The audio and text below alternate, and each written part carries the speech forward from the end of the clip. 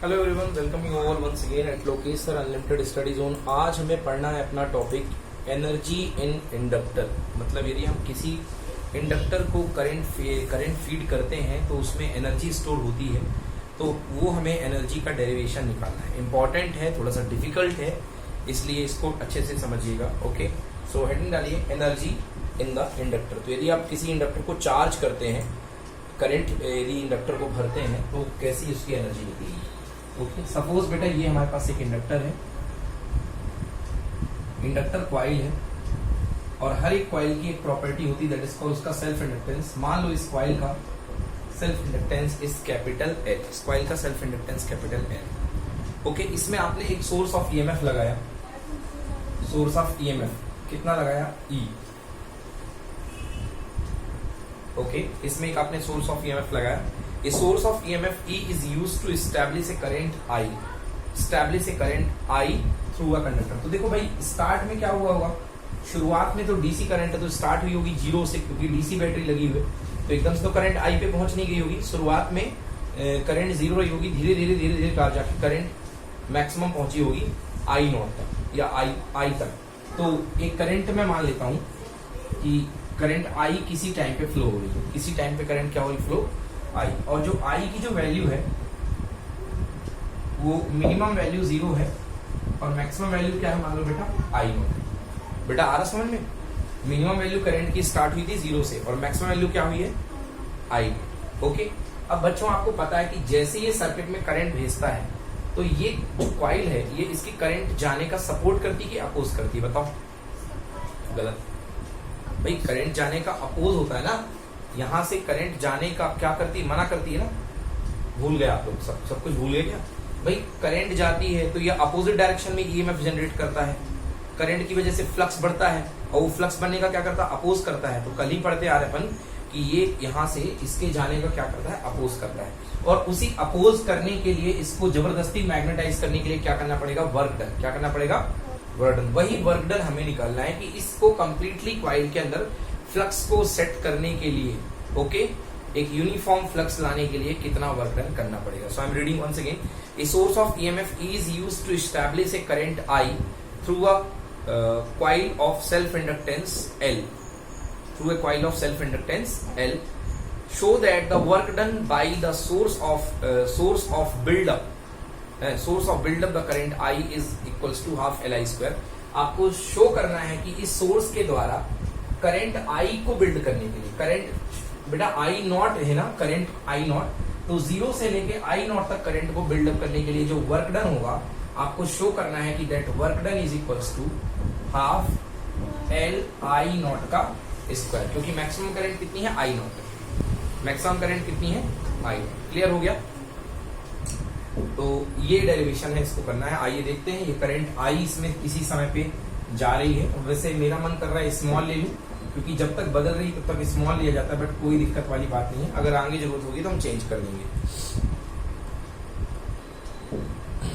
Okay,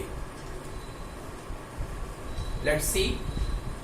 चलिए capital I ही लेके चलिए, कोई दिक्कत नहीं है, कैपिटल आई ही लेके चलते हैं। वेरिंग करंट है कैपिटल आई, बदलती हुई करंट है कैपिटल आई, और जीरो से लेके मैक्सिमम वैल्यू आई नॉट तक गई है। Okay, so see here, this source of EMF E establish a current in the coil. This source of EMF E establish a current in the coil in opposition to the induced EMF. See the polarity of the main EMF. This is plus and this is minus. Main EMF के oppose में ये एक क्या generate करेगा, opposing EMF. In opposition of induced EMF and hence does work for the same. मतलब कुल मिला के कठिन बातें वो सब। इसको करंट यहां से स्टेबल करने के लिए, करंट को जीरो से लेके आई नॉट तक सेट करने के लिए हमें वर्क करना पड़ेगा। This work done by the source store in the form of magnetic field. बेटा कैपेसिटर में वर्क डन इलेक्ट्रिक फील्ड के फॉर्म में स्टोर होता था, बट इंडक्टर में वर्क डन किस फॉर्म में स्टोर हो जाएगा, मैग्नेटिक फील्ड। ओके, करंट जो है इसमें इंडक्टर में वर्क डन में इसमें वर्क डन है, ये यहाँ पे मैग्नेटिक फील्ड की फॉर्म में स्टोर हो जाएगा। चलिए आइए डेरिवेशन करते हैं बेटा। देखिए जो सोर्स का ईएमएफ है, अगर आप उसकी डायरेक्शन मान लें ये है, ये मेन ईएमएफ है, प्लस से लेके माइनस, तो ये अपोजिंग ईएमएफ की डायरेक्शन क्या होगी बेटा, ये अपोजिट साइड का ओके, स्मॉल ई। समझ में आया बेटा, स्मॉल ई जो होगा अपोजिट साइड का ईएमएफ होगा। चलिए तो देखते हैं। लेट आई, मान लीजिए किसी समय पे करंट आई फ्लो हो रही है through the coil, self inductance L है एट एनी इंस्टेंट, मतलब आई क्या है बेटा, रैंडम करंट। आई क्या है, रैंडम करंट, वो बदलने वाली करंट जो जीरो से लेके हीरो तक चल रही है ना, ये बदलने वाली करंट है। इसलिए मेरा मान हो रहा था कि स्मॉल ले लो, क्योंकि बच्चों के अंदर फीलिंग आती है कि स्मॉल करंट में करंट आई है, तो स्मॉल भी ले सकते हो आप, स्मॉल लेना हो तो स्मॉल ले लो, कोई फर्क नहीं पड़ने वाला है। ओके, बट अपन ने ले लिया, कोई दिक्कत नहीं। Let I the current flows through the coil okay of self inductance capital L and at any instant small t when the rate of change of current is in the coil is di by dt। अब बेटा क्या होगा, current zero से लेके hero तक बदल रही होगी, तो उसके बदलने का कुछ ना कुछ तो रेट होगा। मान लेते हैं rate of change of current जो है, rate of change of current कितना है बेटा, दैट इज इक्वल्स टू है D capital I upon D T. अगर यहाँ पे करंट स्मॉल आई होती तो स्मॉल आई लेते, बट कैपिटल आई है चेंजिंग करंट, तो D capital I upon D T. बेटा आ रहा समझ में ना, तो बेटा अब D I by D T, बदलती करंट की वजह से क्या इंड्यूस होता है, ईएमएफ। कितना इंड्यूस ईएमएफ होता है, सो इंड्यूस्ड ईएमएफ कितना होगा, सब लोग जानते हैं, minus L D I upon कितना, D T. This is induced EMF E, E equals to negative L D I by D T. समझ में आ गया ना। चलिए अब हमें निकालना वर्क डन। लिखो, therefore work done in establishing the current in small time interval. थोड़ी सी करंट को एस्टैब्लिश करने में किया गया काम। पहले करंट जीरो थी, मान लो कि इस समय पे करंट आई हो गई, तो इस आई करंट को एस्टैब्लिश करने में किया गया काम कितना होगा, कितना काम होगा। देखो बेटा, हम लोग सब लोग जानते हैं कि पावर इज इक्वल्स टू होता है work upon time. Power is equal to work upon time. Okay, और यदि वर्क बदल रहा है टाइम के साथ, तो हम लिख सकते हैं power is equal to D W by D T. D W by D T, तो क्या बन जाएगा बेटा, D W is equals to P D T. D W equals to P D T. Okay, D W. Now work done, बेटा power P is equal to कितना होता है, V into I. P is equal to V into I. अब P equal to V into I, बेटा V की जगह फिलहाल यहाँ पे क्या आएगा, E। क्या आएगा V की जगह, E। ये जो सोर्स लगा हुआ है ये क्या है बेटा, E इंटू कितना, I। क्लियर है ना। तो P की जगह मैं लिख सकता हूँ बेटा E इंटू आई, और यहाँ पर क्या, dt इंटू आई इंटू डी टी। अब एक बात यहाँ पे बहुत इंपॉर्टेंट वो आपको याद रखनी बेटा, ये जो वर्क है, ये जो वर्क डन हो रहा है इस बैटरी के द्वारा, ये वर्क डन कैसा वर्क है, विरोधी वर्क है। मतलब इसको, इसके लिए इसको क्या फील कर रहा है, रेजिस्टेंस फील कर रहा है, ये परेशानी हो रही है इसको। मतलब ये सपोर्टिव फॉर्म में नहीं है, ये अगेंस्ट फॉर्म में है, क्योंकि ये इसको चार्ज नहीं होने दे रहा है। समझ गए ना, जैसे आप चलते हो, चढ़ाई में चलो तो आपको जो उठाव होता है वो पीछे धकेलने की कोशिश करता है, फिर भी आप बड़ी मेहनत करके चढ़ रहे होते हो ना, तो उस समय जो आपका वर्क डन होगा वो रेजिस्टिव फील्ड के अगेंस्ट होगा। मतलब यहाँ पे माइनस आएगा कि आप जबरदस्ती काम कर रहे हो एक अपोजिंग फील्ड में। यहाँ पे ये माइनस साइन भूलना नहीं, स्टार लगा लो, यहीं पर गलती होती है बेटा, यही कंफ्यूजन पॉइंट है, स्टार लगा लो इस पॉइंट पे है। तो D W is equal to negative E I D T आ गया, ये है। So D W is equals to minus of E, okay, minus E I D T. Okay बेटा, ये किसके इक्वल होगा, देखो ई, ई की वैल्यू कितनी है बेटा, minus L D I by D T, तो negative of L D I by D T, ठीक है ना, negative of L D I by D T. अब आप कहोगे सर यहाँ तो आपने कैपिटल ई लिया था, इसको आपने स्मॉल ई बताया था, ये आपने कैपिटल ई लिया था और आपने स्मॉल ई बताया था, फिर आपने ये वैल्यू इसकी जगह कैसे प्लेस कर दी, ये कैपिटल ई है, ये स्मॉल ई है, ठीक ना। तो बेटा इस स्टार्ट में करंट चेंज के टाइम में, बिल्कुल जब स्टार्ट होता है तो इसकी वैल्यू और इसकी अपोजिंग वैल्यू जो होती है इक्वल हुआ करती है। इसकी वजह से मैंने दोनों वैल्यू सेम रख दी है, मतलब ये और ये दोनों अपोजिट नेचर के होते हैं और इक्वल हुआ करते हैं। ओके,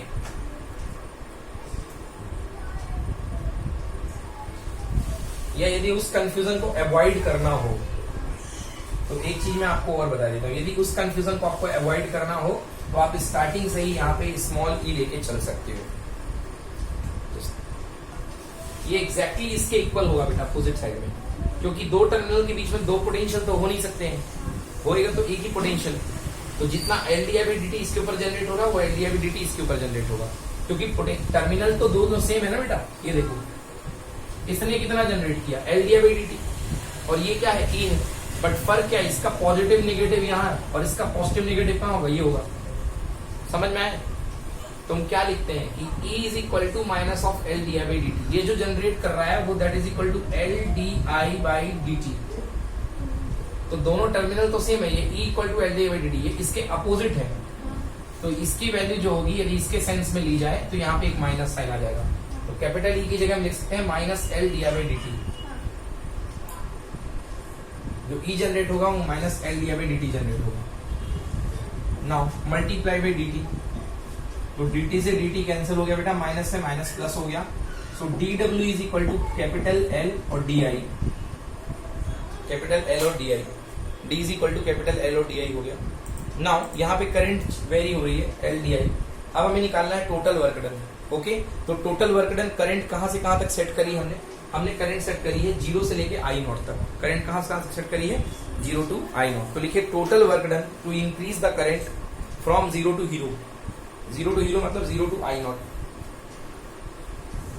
देखो total work done to increase the current from 0 to I naught. तो क्या करेंगे बच्चों, इंटीग्रेट करेंगे। सबसे बड़ा अपने पास टूल्स है। So total work done is equal to integration of dw। बेटा जी dw की वैल्यू रख दो। dw की वैल्यू क्या बेटा L di। I छूट गया बेटा मेरे ख्याल से, हाँ I छूट गया है। यहाँ पे E की जगह L di बाई dt और यहाँ पे एक और I था, यहाँ पे एक और क्या था बेटा I। इस I को पहले लिख लो बेटा, ये भूल गया था, सॉरी बच्चों। तो L I D I, तो मैं लिख रहा हूँ यहाँ पे बेटा L, यहाँ पे I और यहाँ पे D I। ठीक है बेटा। हाँ एक्चुअली करंट यहाँ पे वेरिएबल है, तो करंट की स्टार्टिंग वैल्यू थी 0 एंड करंट की फाइनल वैल्यू क्या है I0। इस क्वेश्चन में मैंने फाइनल करंट को I0 माना है, जो फाइनल जाके कॉइल में सेट हो रही है मैंने माना है I0। सब कुछ बढ़िया चल रहा है बेटा। L को बाहर ले आओ, इंटीग्रेशन 0 से लेके I नॉट और I डी आई। L बेटा I का integration with respect to D I कितना होगा I स्क्वायर बाई 2 होगा ना। x का x स्क्वायर बाई 2 तो I का I square by 2 with in the limit 0 to I naught. बेटा L बाई 2 बाहर आ गया, अपर लिमिट पुट करिए I नॉट का स्क्वायर, लोअर लिमिट 0 का स्क्वायर, तो कितना हो जाएगा भाई हाफ L I नॉट का स्क्वायर। तो बेटा ये हो गई energy, this is energy work done. ये हो गया work done, half L I naught square. Clear है बेटा।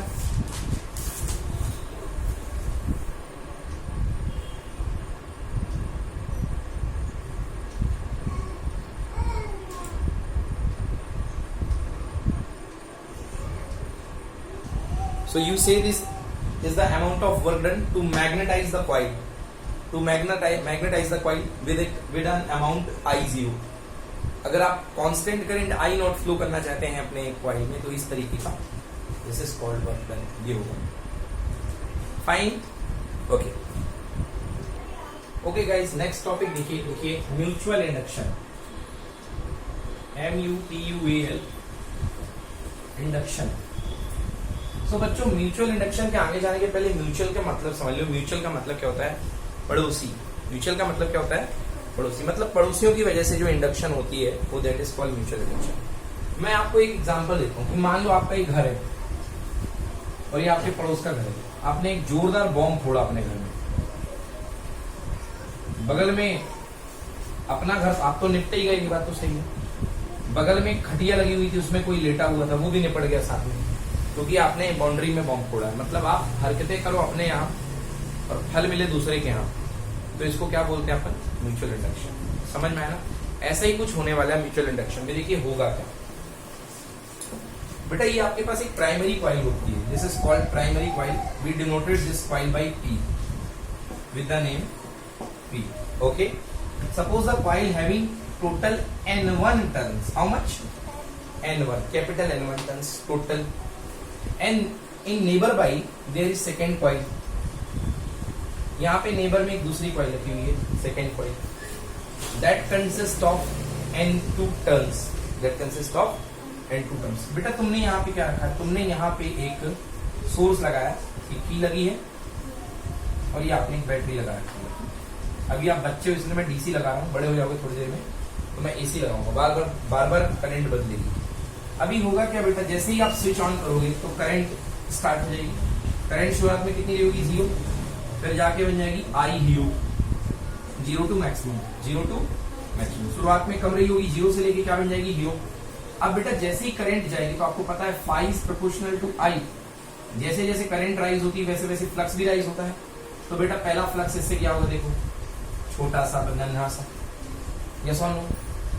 इसमें कुछ नहीं रहा होगा. आप यहाँ पे गैल्वेनोमीटर लगा दो कि कुछ हो रहा है क्या, कोई घटना बगल में देखने को मिली क्या, इसकी जांच के लिए आप क्या लगेगा? गैल्वेनोमीटर. बेटा पहली करंट छोटी सी थी, करंट छोटी, फ्लक्स छोटा सा गया. अब जैसे जैसे करंट बढ़ना शुरू होगी फ्लक्स देखो राइज करना शुरू हो गई. ये देखो, ये तीसरा, ये कट लग गया कट. मतलब फ्लक्स हमारा और चेंज हो रहा है दूसरी की कॉइल से, पड़ोसी की कॉइल से. फिर फ्लक्स गया और ये चेंज हो गया. ठीक है ना? ये फ्लक्स गया, ये चेंज हो गया. मतलब कुत्ता हमने पाला और चौकीदारी बगल वाले की भी कर रहा है, ऐसा कुछ हो रहा है. तो फ्लक्स चेंज हो रहा है. अब आपको पता है बेटा कि जब जब फ्लक्स चेंज होता है d∅dt, जब तक ये करंट यहां तक नहीं पहुंच जाती है, मतलब मैक्सिमम करंट आ जाएगी, तो उसके बाद फ्लक्स सेट हो जाएगा फाइनली. जैसा तो इतने से इतना तो फ्लक्स चेंज हुआ है ना, यहां से यहां तक पहुंचने में. और जब जब फ्लक्स चेंज होता है दूसरी कॉइल में, तो दूसरी कॉइल में फ्लक्स होने वाला चेंज क्या जनरेट करेगा? ईएमएफ. इस कॉइल में तो अपना होगा ही, वो हम पढ़ चुके हैं, वो कहलाता था सेल्फ इंड्यूस्ड ईएमएफ. बट इसकी हरकतों की वजह से दूसरे की कॉइल में, पड़ोस की कॉइल में जो जनरेट होने वाला ईएमएफ है, that is called mutually induced EMF. समझ गए? म्यूचुअली इंड्यूस्ड ईएमएफ मतलब प्राइमरी कॉइल में फ्लक्स हो रहा है चेंज, और आपका जो जनरेट हो रहा है ईएमएफ वो सेकेंडरी कॉइल में हो रहा है. इस घटना को बोलते हैं बेटा म्यूचुअल इंडक्शन. समझ गए? अभी तो मैंने थ्योरी बताई है आपको, अब मैं इसको सिस्टमेटिकली आपको लिखा देता हूँ. What is mutual induction? तो mutual induction is the phenomenon of inducing EMF in the secondary coil. Mutual induction is the phenomenon of inducing EMF in the secondary coil due to the change in current, due to the change in current in the primary coil, due to the change in the current in the primary coil. Okay, yes, so once again listen. Mutual induction is the phenomenon of inducing EMF in the secondary coil due to the change in current in the primary coil. When there is change in primary coil, current in primary coil, the flux related to the primary coil get changes. Some part of the flux is also connected with the secondary coil, so that is also changes. And due to the change in the secondary coil, है ना, क्या generate होगा? There would be EMF. There would be EMF. Let's start करते हैं mutual inductance का formula derivation. आइए. Yes बेटा, दूसरी कॉइल में जो पहले की वजह से लिंक होने वाला फ्लक्स है, दूसरी कॉइल में लिंक होने वाला फ्लक्स क्या है? φ2. बट φ2 किसकी वजह से लिंक हो रहा है? 1 की वजह से, पहली कॉइल की वजह से. So what is this φ21? Flux will link with the coil second due to coil 1. समझ गए ना? Flux link with the coil second of coil 1, मतलब कॉइल 1 का वो फ्लक्स जो कॉइल सेकंड में लिंक्ड है, दैट इज φ21. बेटा बताओ, φ21 इज प्रोपोर्शनल टू क्या होगा? I1 या I2? हाँ, yes I1, because first coil में करंट फ्लो हो रही है, दूसरे कॉइल में तो वो उसकी वजह से तो थोड़ा ना डेवलप हुई है. ये जो फ्लक्स लिंक हुआ है फर्स्ट कॉइल का है ना जो लिंक हो गया. सो φ21 इज प्रोपोर्शनल टू I1. सो बेटा φ21 इज इक्वल टू, बेटा यहां से आएगा, यहां से कांस्टेंट हटाएंगे, that is equal to MI1. क्या आएगा? MI1. Here M is the constant of proportionality and it is known as mutual inductance और coefficient of mutual induction. It is called mutual inductance or coefficient of mutual induction. Okay, let's define M. M को define करते हैं, make star point, take I1 equal to 1 ampere, take I1 equal to 1 ampere, then phi21 is equals to m, phi21 equals to m, समझ गए ना? Yes. तो क्या कहेंगे, mutual inductance किसी कॉइल का म्यूचुअल इंडक्टेंस है ना। म्यूचुअल इंडक्टेंस जो होता है कैसे डिफाइन होता है, the mutual inductance of any coil is defined as the flux linked with secondary coil. ये कौन सा फ्लक्स है? Secondary coil, flux linked with the secondary coil. phi21 क्या है? Flux linked with the secondary coil when how much current is flowing in the primary coil? 1 ampere. Okay, thus mutual inductance is defined as the magnetic flux. Thus mutual inductance is defined as the magnetic flux linked with the secondary coil when unit current flows through the primary coil. जब unit current flow हो रही है primary coil से. Done. Now, you all know E is equals to negative of d phi by dt. So using the same formula, E is equal to negative of d by dt. Place the value of phi21, phi की value phi21 put कर दो, that is equal to mi1, ठीक है बेटा। क्या बन जाएगा ये? E2, क्या बन जाएगा ये? E2, ओके, ये E2 बन जाएगा। एक्सक्यूज मी, देखिए बच्चों, ये E2 बन जाएगा क्योंकि ये फ्लक्स 2 है। ये फ्लक्स किसका है? Flux depend on two due 1। तो सेकेंडरी कॉइल में अल्टीमेटली चेंज होगा ना, तो सेकेंडरी कॉइल में जब अल्टीमेटली चेंज होगा तो ईएमएफ किस में जनरेट होगा? सेकेंडरी में तो होगा। तो हम इस ईएमएफ की बात कर रहे हैं बेटा जो इसके अक्रॉस आ रहा है। आ रहा ना समझ में? ये क्या कहलाएगा बच्चे? E2। क्या कहलाएगा ये? E2 कहलाएगा, ये E2 कहलाएगा। तो बेटा सॉल्व करो इसको। So E2 is equal to negative बाहर आ गया, M बाहर आ गया, कितना आ गया बेटा? d I1 upon dt, negative M d I1 upon dt। समझ में आ गया? नाउ माइनस साइन किसको शो करता है? तो बिहेवियर को शो करता है, बिहेवियर को शो करेगा कि इसमें भी, क्योंकि एक्चुअली मतलब इसमें जो करंट का चेंज हो रहा है that is d I1 upon dt। Current का जो चेंज हो रहा है d I1 अपॉन dt, इसके ऊपर बनने वाला EMF E, इसके ऊपर बनने वाला EMF E2 इस चेंज का क्या करेगा? सपोर्ट करेगा कि अपोज करेगा? अपोज करेगा। वो यही बात कह रहा है। भले उस कॉइल का है बट डैडी तो यही हो ना, भले दूसरे घर में है बट डैडी तो यही है। बोलो हाँ, जनरेट तो इसी ने, विवाद तो इसी ने खड़ा दिया। Okay, so equal to minus, तो बेटा if d I1 upon dt equal to ले लो 1 यूनिट, कितना ले लो? 1, मतलब 1 ampere per second, 1 ampere per second. इसका मतलब बेटा प्राइमरी कॉइल में जो आप करंट चेंज कर रहे हो उसका रेट कितना है बेटा? 1 ampere per second. You changing the current in primary coil this rate of 1 ampere per second. So guys देखो क्या हो जाएगा, that time E2 is equals to negative of M, negative of M। Negative sign को गोली मारो क्योंकि वो तो फीलिंग है, नेगेटिव साइन अपोजिशन की फीलिंग है। ओके, सो मतलब क्या हुआ, that time induce EMF equal to क्या होगा? Mutual inductance. Induce EMF equal to mutual inductance. तो बेटा डिफाइन करता हूं मैं, what is mutual inductance? Mutual inductance is the, it's defined as the, listen first listen, the mutual inductance is defined as the amount of induced EMF in secondary coil, set up in secondary coil when the rate of current change in the primary coil is 1 ampere per second.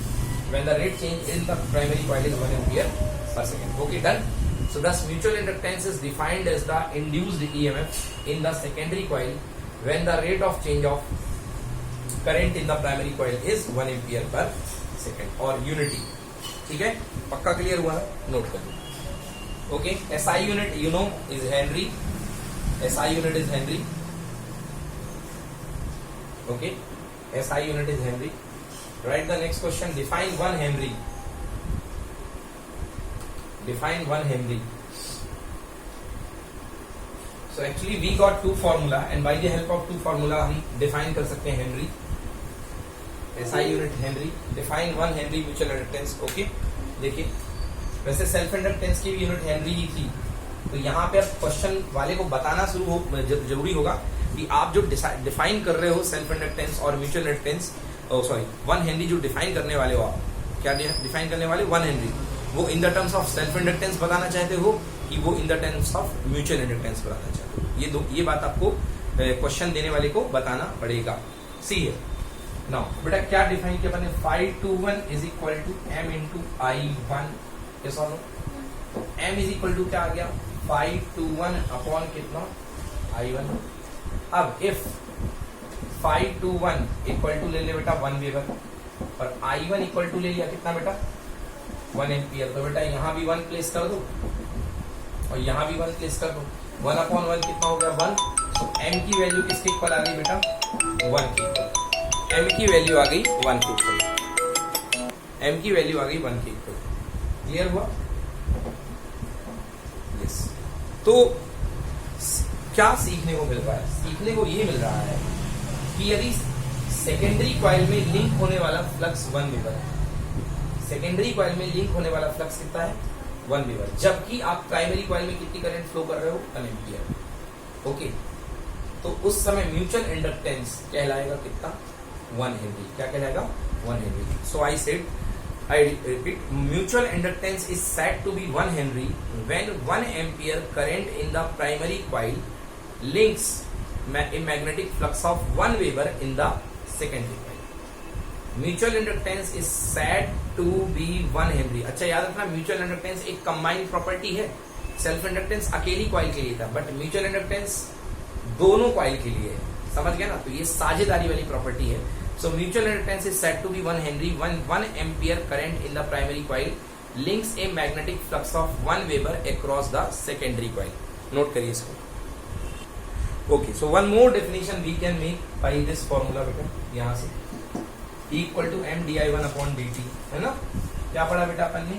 E is equal to m di1 upon dt. बेटा m को रोक लो बेटा, m equal to e upon क्या हो गया di1 upon E क्या था बेटा, EMF produced in the secondary coil जिसका नाम E2 था। बेटा इसको भी 1 ले लो और इसको भी 1 ले लो, ये ले लो 1 और ये भी ले लो क्या 1, मतलब नीचे वाली क्वांटिटी क्या हो गई 1 एम्पियर पर सेकेंड और ऊपर वाली क्वांटिटी क्या हो गई बेटा 1 वोल्ट। तो आंसर क्या आएगा एम्पियर। सो ये बन जाएगा 1 हेनरी। क्या बन जाएगा 1 हेनरी।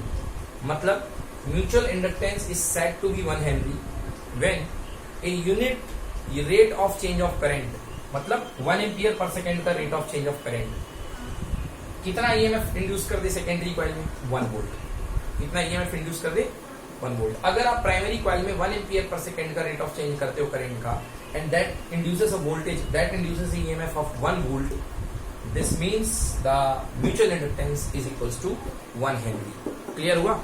ओके। अब देखिए जी बच्चों, नेक्स्ट डेरिवेशन लिखिए, mutual inductance of 2 long coaxial solenoids. कल हमने सिंगल कॉइल का क्या पढ़ा था सेल्फ इंडक्टेंस, आज हम 2 लंबी सोलेनॉइड्स का पढ़ेंगे म्यूचुअल इंडक्टेंस। तो अपने पास 2 कॉइल ले लो बच्चों, बढ़िया बढ़िया। एक कॉइल ले लो बेटा ऐसे कुछ, ये कॉइल अपन ने ऐसी ले ली, this is first coil. Okay, क्या बोला है कोएक्सियल, मतलब एक कॉइल में दूसरी कॉइल को अपन को लपेटना है, एक कॉइल में अपन को दूसरी कॉइल को लपेटना है। ये अपन ने दूसरी कॉइल ले ली, अपन ने ये अपन ने दूसरी कॉइल ले ली, दिस इज कॉइल नंबर 2, ये coil number 1 and coil number 2। ठीक है बेटा, पहली कॉइल जो है आपने प्राइमरी, फर्स्ट कॉइल आपने प्राइमरी ले ली डाउन वाली कॉइल, और सेकेंडरी कॉइल आपने एस ऊपर वाली कॉइल ले ली। ठीक है ना? प्राइमरी कॉइल में आप क्या लगाओगे, सोर्स लगाओगे जो करंट जाएगी आई, और सेकेंडरी कॉइल में पता लगाने के लिए क्या लगाओगे बेटा गैल्वेनोमीटर कि मामला क्या हुआ। ये तो बन गया सेटअप अपने पास। प्राइमरी कॉइल में आपने बैटरी लगा दी। अब यहां से जाने वाली प्राइमरी कॉइल की करंट सपोज है बेटा, मान लो आपने सोर्स करंट भेजी है I1, सोर्स करंट आपने क्या भेज दी I1, तो I1 कॉइल प्राइमरी कॉइल से जाएगी करंट और यहां से वापस लौट के आ जाएगी। ठीक है, ओके डन। ये हो गया I1 करंट आगे गई और आ गई। इस कॉइल का जो आपको प्राइमरी कॉइल दिख रही है उसका एरिया ऑफ क्रॉस सेक्शन, दोनों का एरिया ऑफ क्रॉस सेक्शन आप सेम ले लो। ऊपर वाले वैसे मैंने अलग अलग बना दिया है, तो मैं थोड़ा सा फिर से इसको सही कर देता हूँ। नहीं आपके मन में आएगा कि सर यदि छोटा एरिया ले लिया जाए तो क्या फर्क पड़ेगा। इस बार डायग्राम को मैं फिर से बना रहा हूँ इस सवाल के जवाब के लिए। तो एक बार फिर से मैं डायग्राम बना देता हूँ, देखो कैसे। सबसे पहले एक प्राइमरी कॉइल ले लो, प्राइमरी कॉइल डाउनवर्ड वाली ले लो, अपवर्ड भी ले सकते हो, कोई दिक्कत नहीं है। Primary coil P for primary coil, इसमें से करंट अपन बाद में भेज देंगे। ओके, देन ये इसके ऊपर से सेकेंडरी कॉइल आपने भेज दी। अब डायग्राम हॉच पॉच हो जाएगा कुछ, बस ठीक है, काम चल जाएगा अपना। अब यहाँ पे तो अपन पता लगा पाना बहुत मुश्किल है कि भैया कौन किसका फेरा, सब उलझ गए हैं एक दूसरे में। ऐसी होगी जैसे दो स्प्रिंग को उल्टा चला दो तो एक दूसरे में लिपट जाती है स्प्रिंग। तो this is primary coil, this is secondary coil. Detect करने के लिए यहाँ पे गैल्वेनोमीटर लगा लो, और प्राइमरी कॉइल में आप बैटरी लगाएंगे तो एक करंट जाएगी। मान लो सेटअप करंट कितनी हो गई है, आई करंट इसमें से जा रही है, आई। दोनों कॉइल की लेंथ सेम है बच्चों, एल। दोनों कॉइल की लेंथ सेम है एंड दोनों कॉइल का एरिया ए ले रहा हूं मैं, दोनों एरिया सेम है। Area of cross section coil का ए। चलो अब स्टार्ट होती है इसकी कैलकुलेशन। क्या निकालना है, म्यूचुअल रिडक्टेंस। कैसे आएगा म्यूचुअल रिडक्टेंस बेटा, phi is equal to M into I. बेटा हाँ, अच्छा फाई कौन सा चलेगा, 2, और ये क्या चलेगा, 1। मतलब फ्लक्स रहेगा दूसरी कॉइल में, करंट रहेगी पहली कॉइल की, और अपने पास आएगा एम। तो ले दे के एम इक्वल टू क्या बन जाएगा अपने पास, फाई 2 अपॉन आई 1। या इस फॉर्म की कोई एक्सप्रेशन बना लो, मतलब ले दे के हमें फाई 2 निकालना है। क्या निकालना है, ले दे के हमें फाई 2 निकालेंगे। आई 1 बैठेगा, आई 1 के साथ जो पूरा मसाला चिपका होगा वही होगा एम, जो जो चिपका होगा वो क्या होगा, एम। चलिए बच्चों फाई 2 निकालते हैं। हाँ, तो सबसे पहले निकालो B1, मतलब पहली कॉइल का मैग्नेटिक फील्ड B1। क्यों सर, क्योंकि भैया करंट जा रही है फर्स्ट कॉइल में, तो फील्ड भी जनरेट होगा किसमें, फर्स्ट कॉइल में। तो B1 इक्वल टू, आपको सॉलिनॉइड का फील्ड पता होगा, mu naught N I. Mu naught N I. बच्चों मान लो फर्स्ट कॉइल में कॉइल 1 जो गई है इसमें टोटल नंबर ऑफ टर्न्स है N1, लेंथ कितनी है L। तो जो N1 number of turns per unit length N1 होता था वो क्या होगा बेटा, N1 बाई L। ये मैं इस N1 की बात कर रहा हूं। तो mu naught N1 into current कितनी है बेटा, I1। करंट कितनी है, म्यू नॉट N1 I1। ये मैग्नेटिक फील्ड हर फेरे से लिंक है, हर फेरे से। ऐसे कितने फेरे हैं टोटल, कैपिटल N1। ऐसे कितने फेरे हैं, कैपिटल N1, ठीक है ना। तो this magnetic flux is link across one turn, this magnetic flux is link across one turn off the secondary coil, one turn off the secondary coil. क्यों है प्राइमरी कॉइल का magnetic field, but primary coil secondary coil के ऊपर बहुत अच्छे से ideally coupled है, लिपटी हुई है। तो जो फ्लक्स, जो मैग्नेटिक फील्ड फर्स्ट कॉइल में होगा वही मैग्नेटिक फील्ड किसमें होगा, सेकेंड कॉइल में। बोलो यस और नो। जो मैग्नेटिक फील्ड फर्स्ट कॉइल में होगा वही मैग्नेटिक फील्ड किसमें होगा, सेकेंड कॉइल में। गॉट। तो अब हम निकालते हैं। तो इसके बाद लिखिए magnetic flux linked across one turn off the secondary coil. magnetic flux link across the one turn of the secondary coil.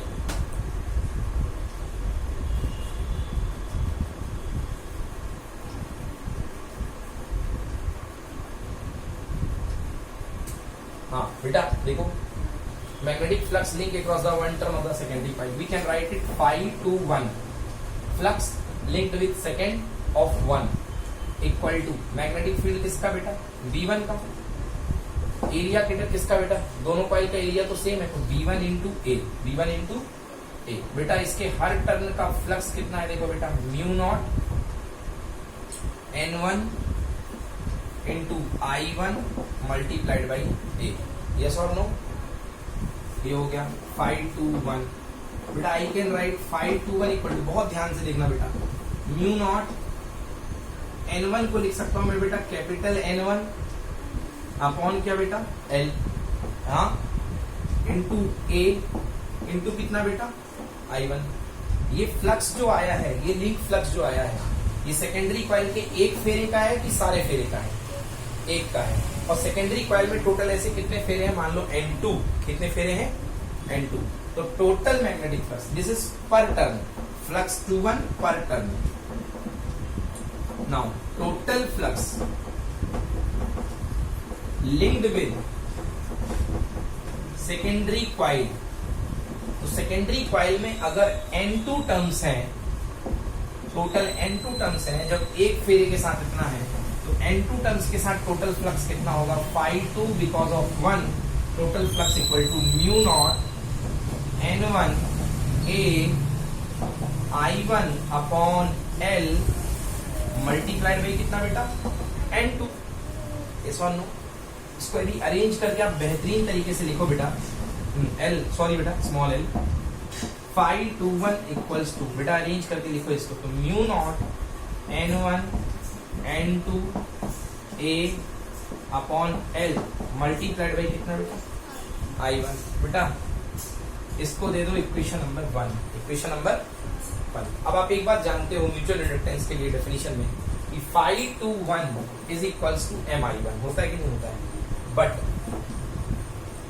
521 equals to कितना होता है? Mi1। यदि कंपेयर करो तो M किसके इक्वल निकल रहा है? से यस की नो?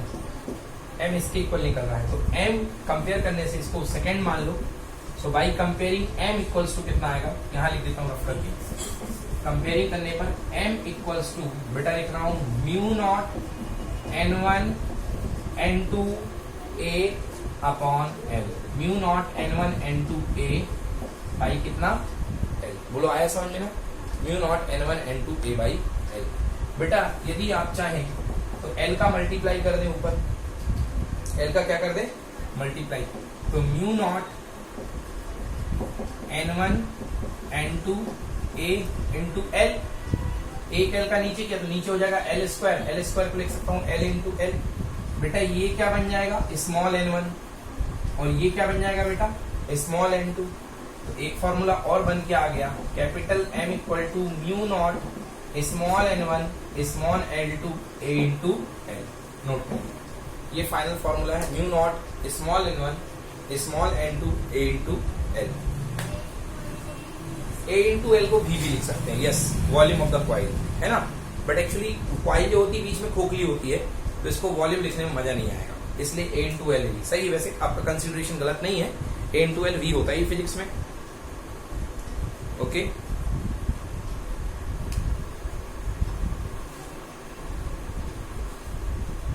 बेटा यदि हम अगला डेरिवेशन करेंगे इसका, अभी हमने निकाला है M फर्स्ट कॉइल की वजह से सेकेंड कॉइल पर, अगर हम सेकेंड कॉइल में करंट देते और फर्स्ट कॉइल में निकालते तो भी यही आंसर आता। क्यों आता? देखो बेटा, म्यू नॉट पूरी कॉइल के लिए सेम है, N1 N2, अब ये चेंज करोगे तो क्या आएगा? N2 N1 आएगा, और चाहे N1 N2 देखो चाहे N2 N1 देखो, बात तो एक ही है। हाँ, दूसरी बात ध्यान दे बेटा, ए एरिया पर दोनों का एरिया सेम है, तो चाहे पहले का लो चाहे दूसरे का लो, कोई फर्क पड़ने वाला है नहीं। एल दोनों कॉइल की लेंथ भी सेम है, क्योंकि दोनों को एक्सियल लिपिडिटी है, तो दोनों का सेम है। इसका मतलब पहली कॉइल का दूसरे ऊपर जितना इंडक्टेंस बनेगा म्यूचुअल इंडक्टेंस, उतना ही दूसरी कॉइल का पहली कॉइल के ऊपर भी बनेगा। समझ में आया? तो क्या लिख सकते हैं? For two long coaxial solenoids of the same length and same cross sectional area the mutual inductance is same, the mutual inductance is same. मतलब you can say that M coil of mutual inductance of first coil due to second coil is equal to mutual inductance of the second coil because of first coil is equal to M, is equal to M। चाहे पहली coil का दूसरी coil के ऊपर आप inductance निकालो mutual inductance, या दूसरी की वजह से पहले पर निकालो, दोनों की वैल्यू क्या आएगी? सेम आएगी, दैट विल बी M। इसको बोलते हैं बेटा प्रिंसिपल ऑफ रेसिप्रोसिटी। वैसे आपके यूज का नहीं है, फिर भी मेरे मुंह से निकल गया, this is called principle of reciprocity. समझ में आया? ओके। नाउ कुछ पॉइंट्स छोटे छोटे एडिशनल, बट पहले लिख लीजिए। बेटा क्या डेरिवेशन निकाला हमने, देखो m का, हमने m का डेरिवेशन निकाला, m is equal to mu naught n1 n2 mu naught n1 n2 a upon l, एक डेरिवेशन ये निकाला। अब इसमें कुछ एडिशनल इंफॉर्मेशन है, वैसे आती नहीं फिर भी सुन लो। नंबर 1 है, if the two solenoids are wound on a magnetic core relatively permeability mu R, ये एक कॉइल ये थी, दूसरी कॉइल ये थी, अगर ये दोनों एक कोर के ऊपर लपेटी गई हैं, सॉफ्ट आयरन, मान लो रिलेटिव परमिबिलिटी क्या है, म्यू आर है, तो बेटा इंडक्टेंस, म्यूचुअल इंडक्टेंस बढ़ जाएगा, म्यू नॉट के साथ में क्या आ जाएगा, म्यू आर, तो फिर ये टर्म क्या बन जाएगा, mu naught into mu R, बस एक चीज है, ठीक है ना। बेटा अगर आपके पास दो कॉइल हो अलग अलग एरिया की, एक कॉइल बड़े एरिया की हो और एक कॉइल छोटे एरिया की, तो आपको इफेक्टिव एरिया कौन सा लेना बेटा, छोटा वाला। कौन सा एरिया लेना है, छोटा वाला। समझ में आ गया।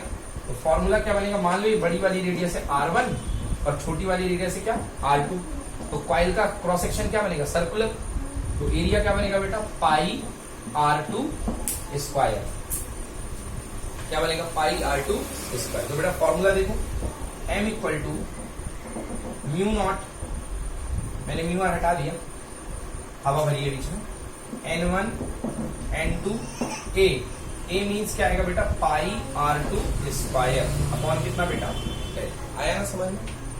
हाँ, नेक्स्ट, म्यूचुअल इंडक्टेंस किस बात पर डिपेंड करता है, म्यूचुअल इंडक्टेंस डिपेंड करता है कि आपकी कॉइल एक दूसरे के रिलेटिव में कैसी रखी है।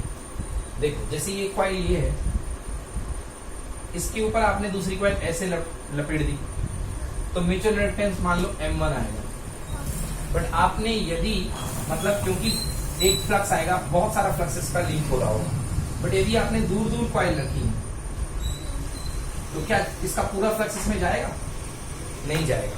मतलब रिलेटिव प्लेसमेंट पर डिपेंड करता है, रिलेटिव प्लेसमेंट पर डिपेंड करता है, समझ गया ना। नेक्स्ट है relation between mutual inductance and self inductance, समझ गए। तो बेटा सेल्फ इंडक्टेंस और म्यूचुअल इंडक्टेंस के को रिलेट करता है कपलिंग कोफिशिएंट के। फॉर्मूला क्या होता है, डायरेक्ट याद करने के लिए याद कर लो, K is equals to m upon under root L1 into L2, बस ऐसे ही है देखने के लिए, ठीक ना। Second point, series combination of inductance. बेटा यदि आप इंडक्टेंस को सीरीज में जोड़ते तो इंडक्टेंस बढ़ता है, तो L series equal to L1 plus L2, और पैरेलल में यदि इंडक्टेंस को आप लगाओगे तो 1 upon L parallel equal to 1 upon L1 plus 1 upon L। Derivation इसके आते नहीं, इसलिए मैंने कराया नहीं है, ये सिंपल बातें हैं। Okay, so this is the end of the chapter electromagnetic induction. छोटे मोटे पॉइंट रह गए हैं, बुक से पढ़ लीजिए, यदि नहीं बनते हैं तो कमेंट बॉक्स में लिख दीजिए, मैं जरूर डेरिवेशन करा दूंगा उसको। Okay guys, thank you so much for being with us, stay tune with us, thank you.